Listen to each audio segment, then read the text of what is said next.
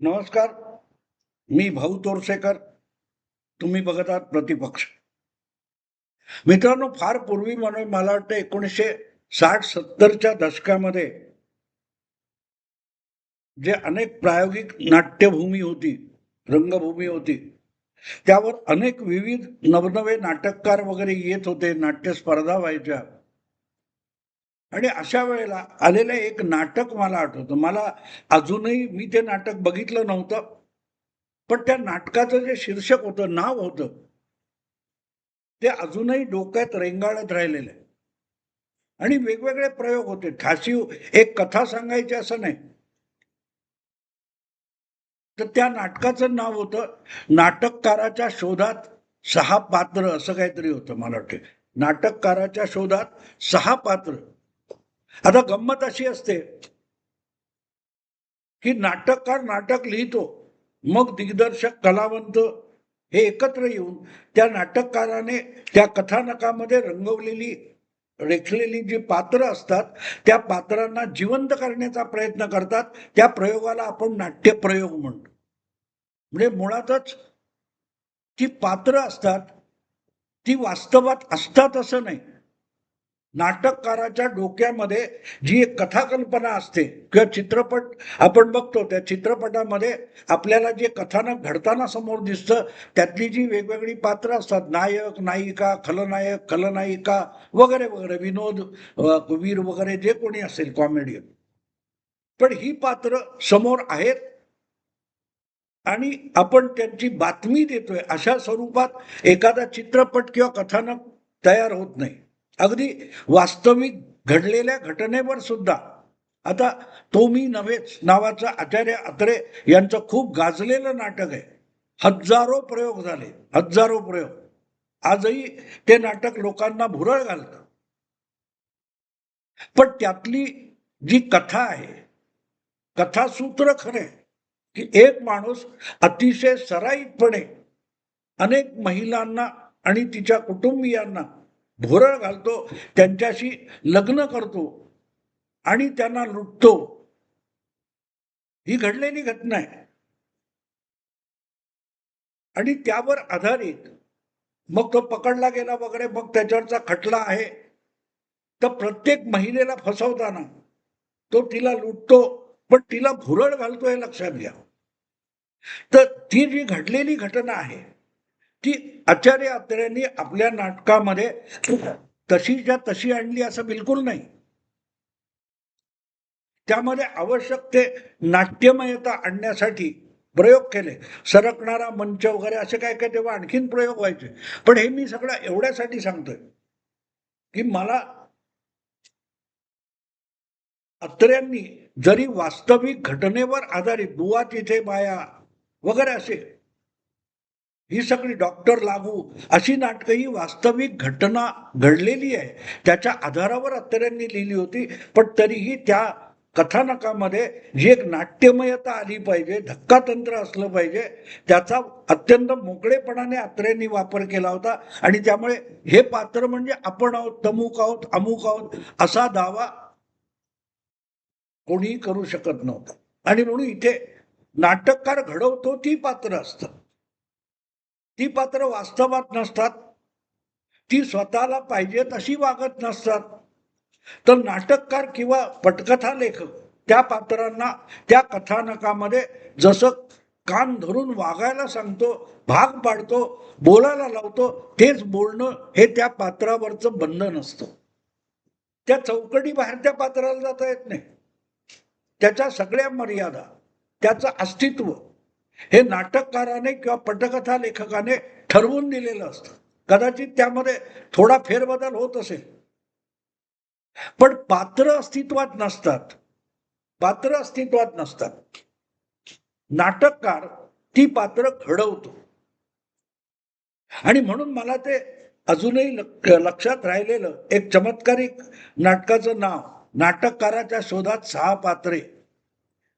म्हणजे ती पात्र आहेत रेडी आणि त्यांना एक नाटककार हवा की आम्हाला आमच्या चरित्राला, आमच्या व्यक्तिमत्वाला अशी उभारी देऊन त्याची अशी गुंफण कर की एक नाटक तयार होईल.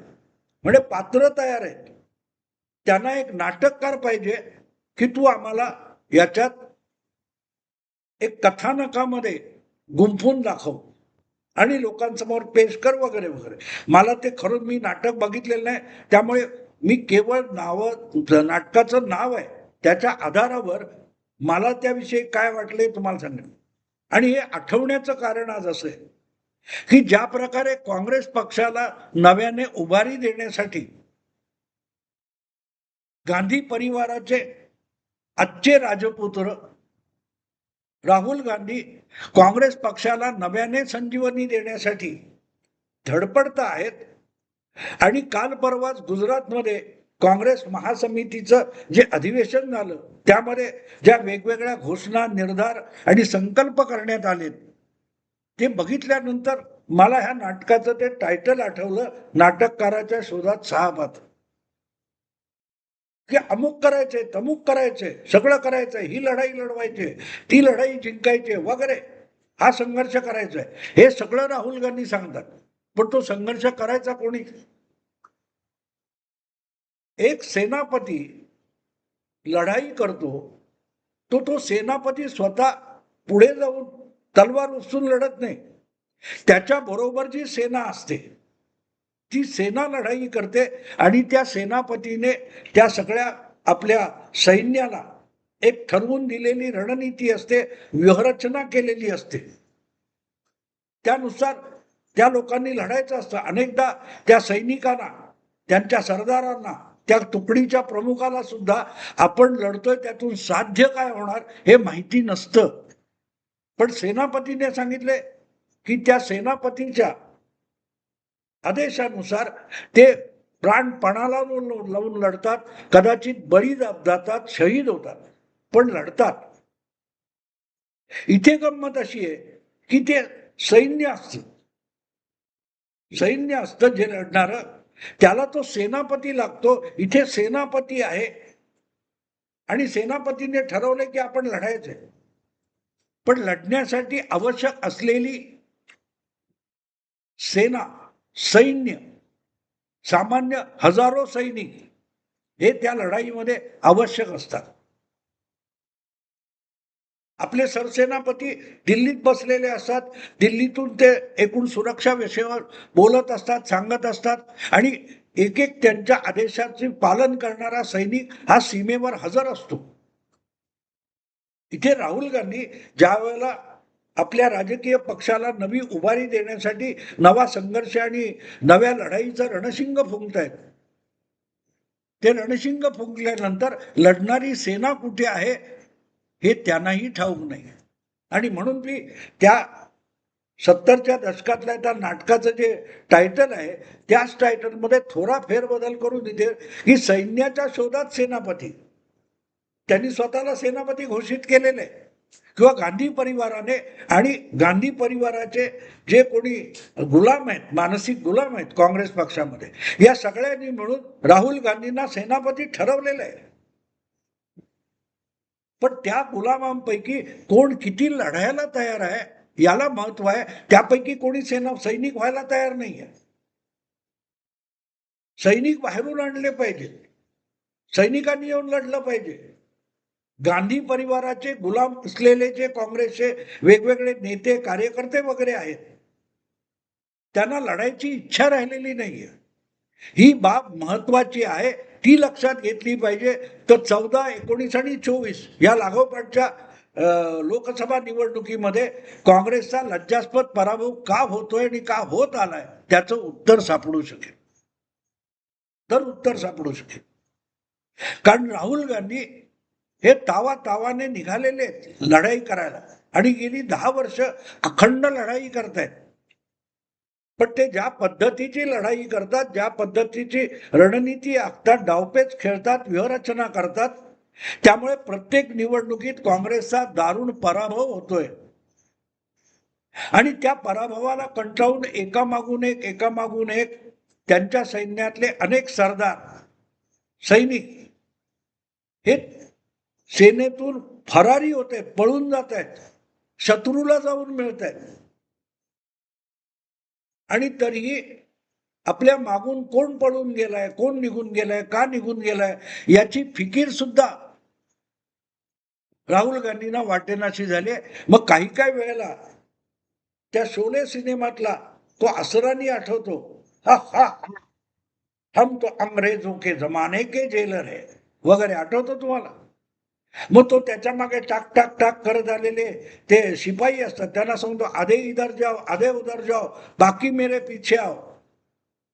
तो असरानी ज्या भाषेमध्ये बोलतो त्या त्या सगळ्या डायलॉग मधला जो आशय आहे, राहुल गांधींचा सगळा आशय हा नेमका तसा वाटत नाही का? की अर्धे तिकडे जा, अर्धे इकडे जा, मग उरले कुठे तुझ्या मागून यायला? पण राहुल गांधी हे बोलतायत, समोर बसलेले लोक टाळ्या वाजवतायत आणि काँग्रेसची आणि राहुल गांधींची चमचेगिरी करण्यालाच पत्रकारिता समजणारे अनेक विश्लेषक हे अगत्याने राहुल गांधींनी आता कशी व्यूहरचना केलेली आहे याचं कौतुक सांगत आपली पत्रकारिता रेटून नेत असतात.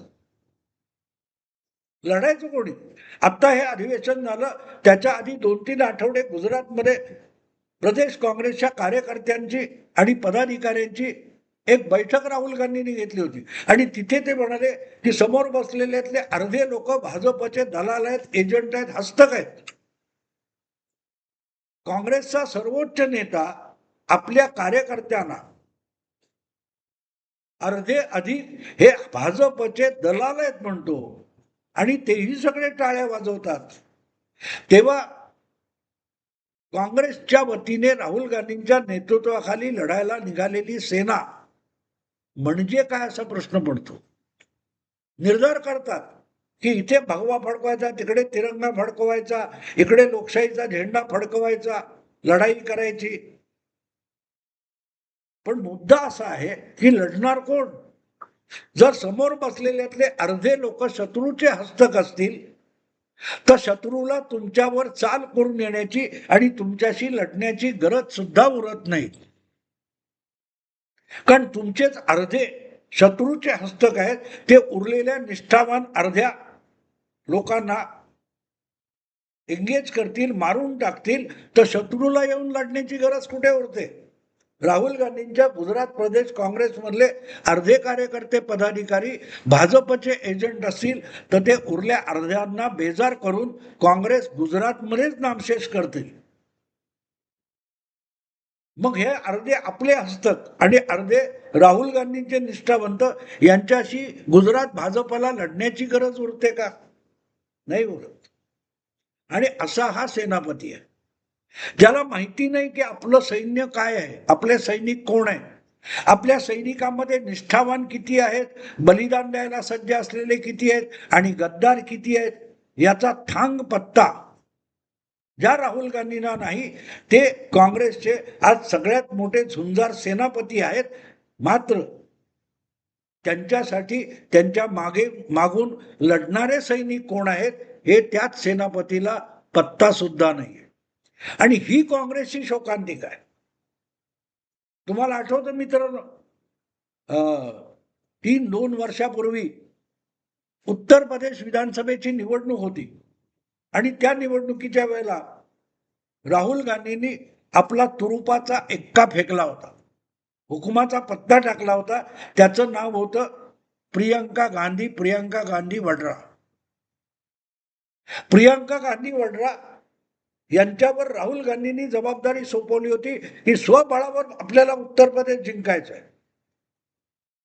आणि प्रभारी म्हणून प्रियंका गांधी या लखनौला गेल्या कार्यकर्त्यांची बैठक घ्यायला. पण कार्यकर्ते कोण आहेत, कुठे आहेत त्यांनाही माहिती नव्हतं. त्यांच्या स्वागताला गर्दी जमली होती, पण त्यामध्ये पक्ष म्हणून, संघटना म्हणून, पदाधिकारी म्हणून कोण कोण आहेत आणि काय काय करू शकतील याचा थांग पत्ता नव्हता. त्यामुळे उत्तर प्रदेशच्या 403 आमदारांपैकी अवघे 2 आमदार काँग्रेस पक्षाचे आहेत. अत्यंत लज्जास्पद सुपडा साफ करणारा निकाल उत्तर प्रदेश विधानसभेत काँग्रेसच्या बाजूने लागला. म्हणजे संपूर्ण पराभव, 1-2% मतं नाही.